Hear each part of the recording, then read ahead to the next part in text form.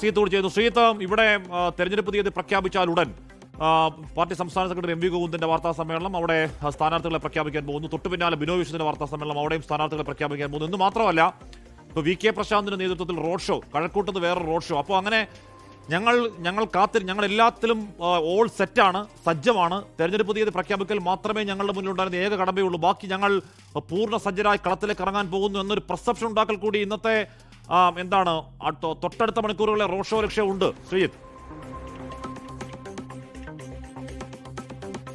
ഹാഷ്മി, കഴിഞ്ഞ ഏതാനും ഉപതെരഞ്ഞെടുപ്പുകളിലെ രാഷ്ട്രീയ അനുഭവത്തിന്റെ കൂടി പശ്ചാത്തലത്തിലാണ് തെരഞ്ഞെടുപ്പ് പ്രഖ്യാപിക്കുമ്പോൾ തന്നെ സ്ഥാനാർത്ഥികളെ പ്രഖ്യാപിക്കാൻ CPIM-ഉം LDF പൊതുവിലും തീരുമാനിച്ചിരിക്കുന്നത്.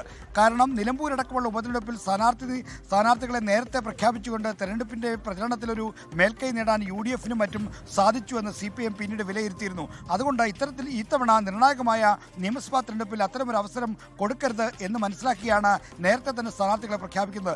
തെരഞ്ഞെടുപ്പ് എപ്പോൾ പ്രഖ്യാപിക്കുന്നോ ഒരു മണിക്കൂറിനകം പട്ടിക പ്രഖ്യാപിക്കുമെന്നായിരുന്നു CPIM-ന്റെയും LDF-ന്റെയും നേതാക്കൾ നേരത്തെ പ്രഖ്യാപിച്ചിരുന്നത്.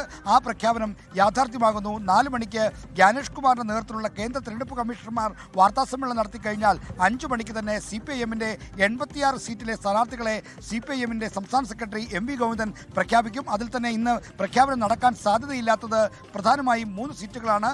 പാലക്കാട് നിയമസഭാ മണ്ഡലം, തൃക്കാക്കര നിയമസഭാ മണ്ഡലം, അതോടൊപ്പം തന്നെ മങ്കടം നിയമസഭാ മണ്ഡലം. ഈ 3 സ്ഥലങ്ങളിലേക്കാണ് ഇനി സ്ഥാനാർത്ഥികളെ നിശ്ചയിക്കാനുള്ളത്. പെരിന്തൽമണ്ണയിൽ അടക്കം ഇപ്പോൾ സ്ഥാനാർത്ഥികളുടെ കാര്യത്തിൽ ഏതാണ്ട് ധാരണയായിരിക്കുന്നു. തൃക്കാക്കരയിൽ UDF-ൽ നിന്ന് ഒരു വിമതയെ പ്രതീക്ഷിക്കുകയാണ് CPIM. അതുകൊണ്ടാണ് അവിടെ സീറ്റ് ഒഴിച്ചിടുന്നത്. പാലക്കാട് പറ്റിയ സ്ഥാനാർത്ഥിയെ തേടിയുള്ള അന്വേഷണത്തിലാണ് എന്ന് പറയാം.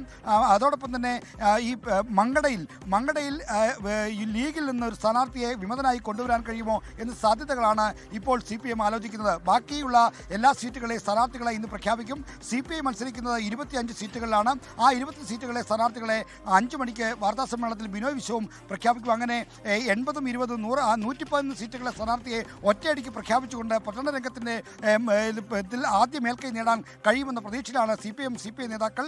നേരത്തെ ഹാഷ്മി സൂചിപ്പിച്ച റോഡ് ഷോ ഈ വട്ടിയൂർക്കാവ് മണ്ഡലത്തിലെയാണ് വി കെ പ്രശാന്തിൻ്റെ റോഡ് ഷോ ഉണ്ട്. അപ്പോൾ നിയമമണ്ഡലത്തിലെ റോഡ് ഷോ വി ശിവൻകുട്ടി നടത്തുന്നുണ്ട്. അപ്പോൾ റോഡ് ഷോ അടക്കമുള്ള കാര്യങ്ങൾ നേരത്തെ തന്നെ ഒരുക്കി വെച്ചുകൊണ്ടാണ് CPIM ഈ തെരഞ്ഞെടുപ്പിന് നേടുന്നത്. പ്രചരണത്തിൻ്റെ ആദ്യഘട്ടത്തിൽ തന്നെ കളം നിറയുക, മേൽക്കൈ നേടുക എന്ന തന്ത്രമാണ് ഇവിടെ പ്രയോഗിക്കുന്നത്. നേരത്തെ ഉപതെരഞ്ഞെടുപ്പുകളിൽ ഉണ്ടായ അത്തരത്തിലൊരു പോരായ്മ അത് പരിഹരിച്ച് മുന്നോട്ട് പോകുന്നു എന്നുകൂടി ഇതിനെ കാണേണ്ടിയിരിക്കുന്നു. ലോകത്തെവിടെയായാലും ഏത് സമയത്തും 24 വാർത്തകളും ഓഗ്മെന്റഡ് റിയാലിറ്റി പാക്കേജുകളും എക്സ്പ്ലെയിനറുകളും വിശദമായി കാണാൻ ഞങ്ങളുടെ YouTube ചാനൽ നിങ്ങൾക്ക് സബ്സ്ക്രൈബ് ചെയ്യാം.